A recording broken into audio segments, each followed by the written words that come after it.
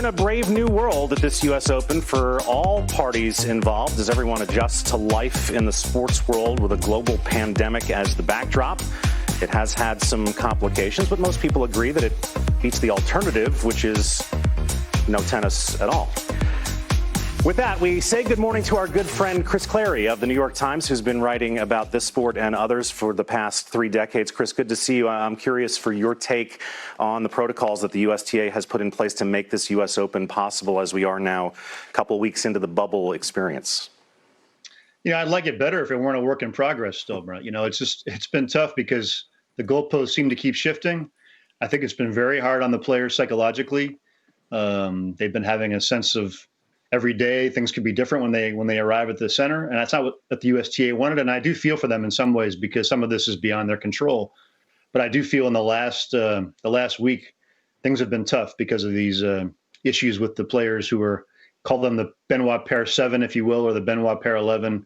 But they've had a hard time in terms of knowing what the restrictions really are going to be. And situations with Mannarino and Mladenovic this week were really regrettable, and I think have tarnished the view of this tournament from overseas to some degree, for sure.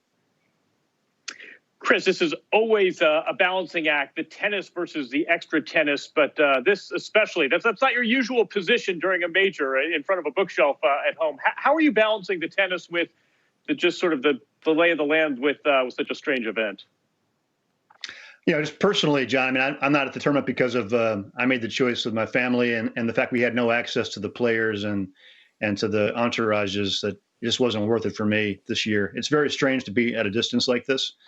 And I think it, in terms of covering it, it's been something where it's surprisingly easy in some ways to do it with modern technology. And I think we've been able to get access to players through Zoom, but it's not the same as being there. There's no question we lose a lot in that process, but then that's the kind of year it is. You are a Francophile and a Francophone. What is your read on the 2020 French Open, which as of today is 3 weeks coming on the calendar and will have fans present?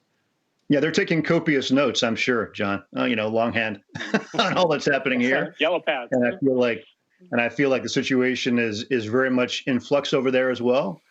Been following it pretty closely. The original plan was to have 20,000 fans a day at Roland Garros.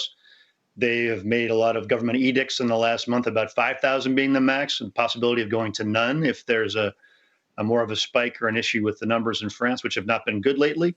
So I wouldn't be surprised if we see much reduced numbers there from the plan, or ultimately no fans at all. And I think the economic model they have with their TV contracts is not the same as the USTA with the US Open. They don't have an ESPN deal. It's that lucrative. So it may be harder for them to make the math work if they end up with no fans at all. We're joined by Chris Clarey of the New York Times. Shifting gears a little bit, curious for your opinion on the merits of the new Players Association that Vasek Pospisil and Novak Djokovic have launched, whether you think it's a good idea, A, and whether you think it will take, B. Well, one, I just got to say, tennis is alphabet soup. It doesn't need to be any richer. It's just a tough dish to consume. There are too many acronyms. And to add the PTPA in there as well, that's just one more for the, for the academics to figure out. So that's regrettable in a sense that I don't get this feeling the players are unified on this. Personally, I've gotten to the point now watching the stasis in the game that I could have lived with a player union. I know there's legality issues, but I feel like it's really the time has come in some ways for the sport to have that kind of voice, strong voice for both the men's and women's players together. The PTPA lacks the women for the moment. And it certainly lacks unity in the men's game. If they are united as a group, as they were, back in the late 80s and early 90s, quite a bit more, anything's possible. And a lot of the roadblocks in the sport could be unblocked. But right now, they seem almost as divided as ever.